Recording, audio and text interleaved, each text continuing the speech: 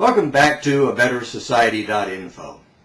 This is our 16th video in our regular series, but the first one that's going to be dealing specifically with what we're calling classless societies.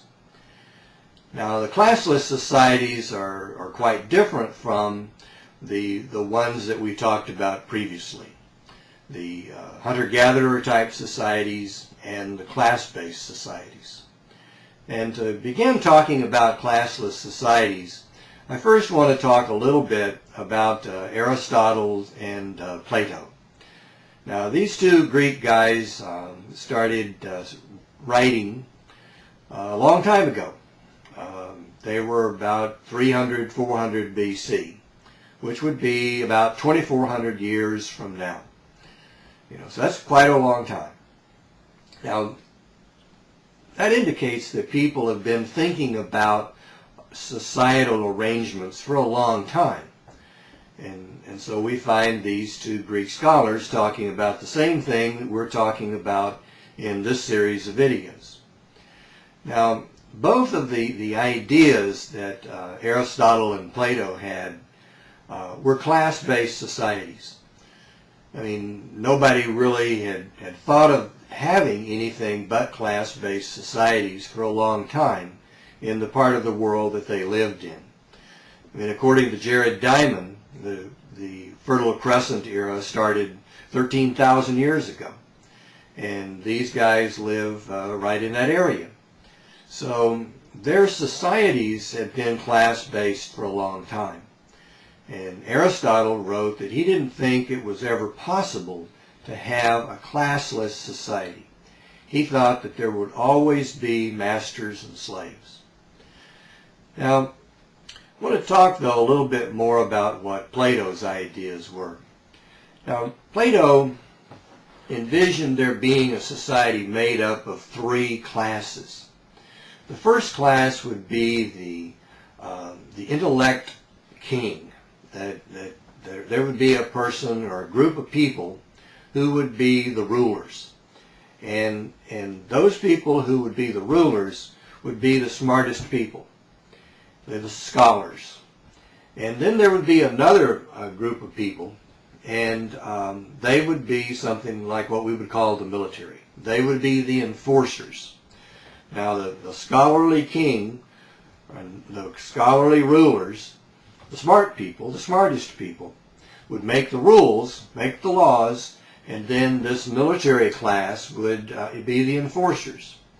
And there would be a few of the scholarly class people, more of the military, but the very largest percentage of the people would be the workers, the common workers.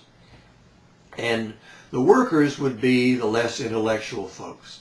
I mean, Plato didn't think that it was necessary to have the common workers, the people who would be the farmers, the people who took care of the livestock, the animals, and so on. They didn't need much of an education.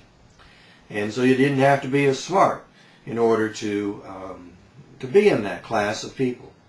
So, but how would you get a society to be that way? Well, Plato's idea was that a couple, a married couple, when they had a baby, soon after the baby was born, the baby would be taken away from the parents and raised communally with all of the other parents, all of the other children, by nurses. And so they would be kept separate, and children would never know who their parents are. And the parents, after a while, wouldn't know who their kid was either, because the kid didn't live with the parents. The kid was raised by the government. Completely. There were no children in the families. And as the education of these children took place, then it would eventually become apparent who were the smart ones, who would become part of the ruling class, and who were the big strong people who would become part of the military class, the enforcers, and then everybody else by default would fall into this larger group of people who didn't need to really be educated in anything other than, how do you raise wheat, and how do you raise corn, or whatever it was that they raised, and took care of the animals.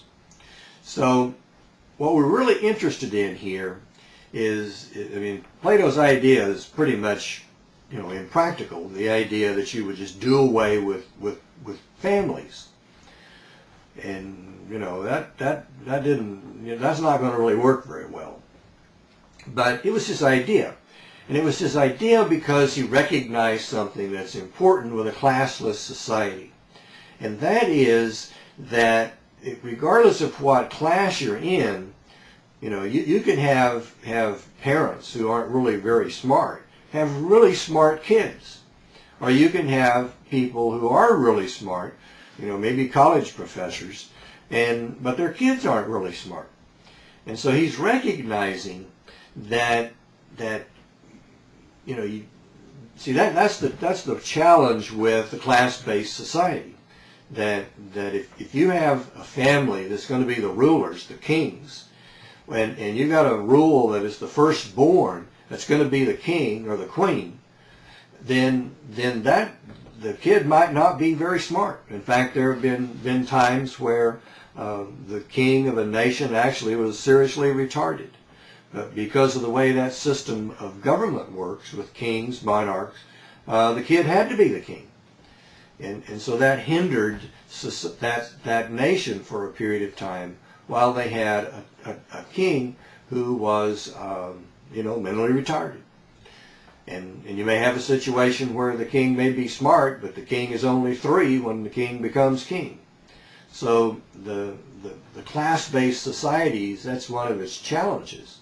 That you could have an Albert Einstein born into an untouchable class in India, and the whole world would not benefit from what we have benefited from Albert Einstein, because he was born into a society that allowed him to go to school.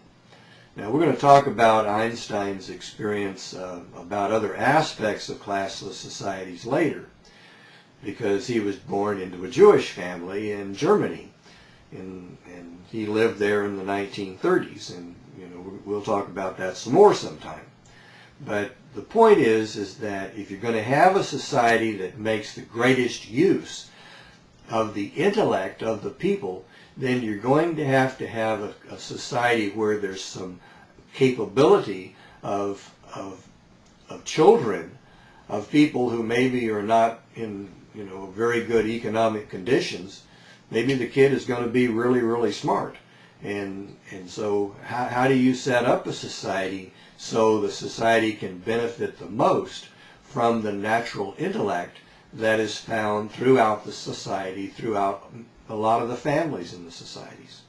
So that's an issue that's an advantage of a classless society, if you can set one up and make it work. So we're going to talk about that some more, but that is an important issue of all societies. How do you make the best use of the natural human resources that exist? So we'll talk about this some more.